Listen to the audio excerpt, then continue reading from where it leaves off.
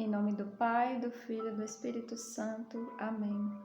Vinde, Espírito Santo, enchei os corações dos vossos fiéis e acendei neles o fogo do vosso amor.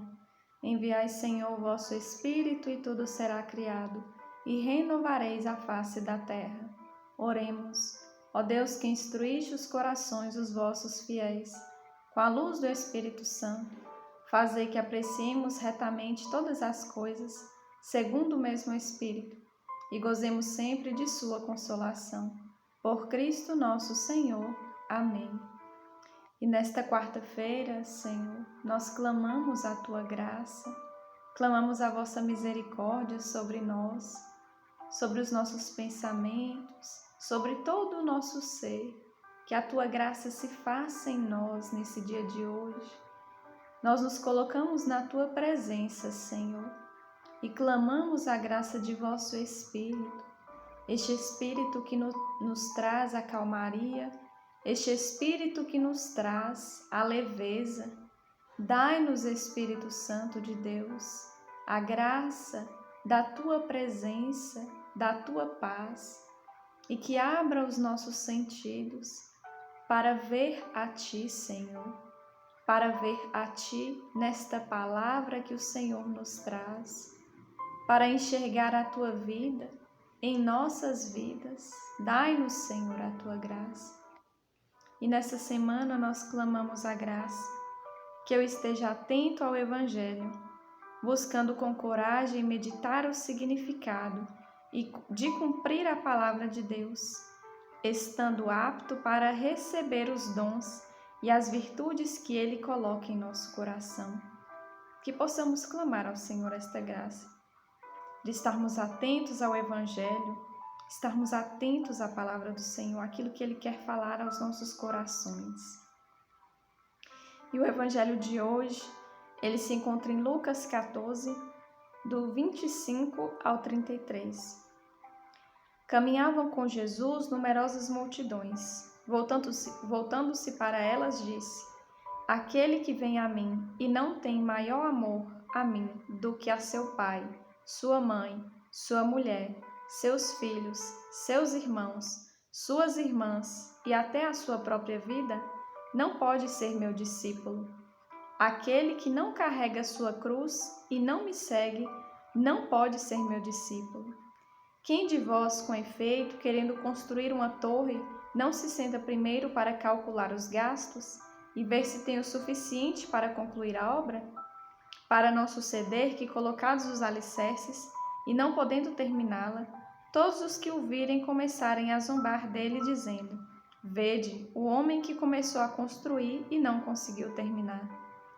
E qual é o rei que, partindo para uma guerra contra outro rei, não se senta para examinar se com 10.000 homens pode enfrentar aquele que vem contra ele com 20.000? Se não envia mensageiros para negociar a paz, enquanto o outro ainda está longe? Assim, pois, aquele dentre vós que não renunciar a todos os seus bens, não pode ser meu discípulo. Palavra da salvação, glória a vós, Senhor. E diante desta palavra do Senhor, nesse dia de hoje, no Evangelho de Lucas, o Senhor vem nos chamar a atenção a uma palavra específica: a renúncia. A renúncia de nós mesmos, a renúncia de tudo aquilo que nos prende, que não nos leva a Deus.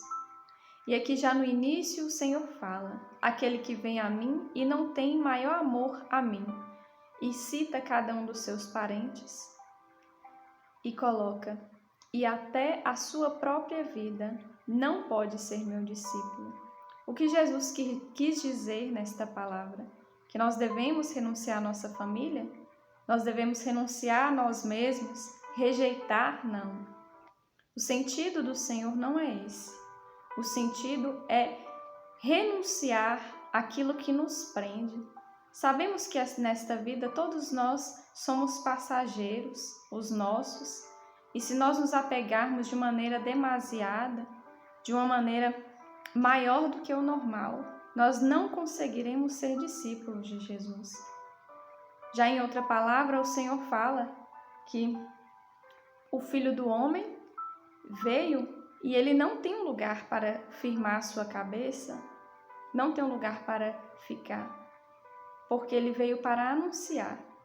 E nós, como anunciadores do Senhor, hoje nós devemos perceber o que tem nos prendido, o que tem nos feito ficarmos parados em nós, nos apegarmos de uma maneira demasiada em nós mesmos, em nossas coisas, em nossos afazeres, e não nos faz olhar para a necessidade do outro.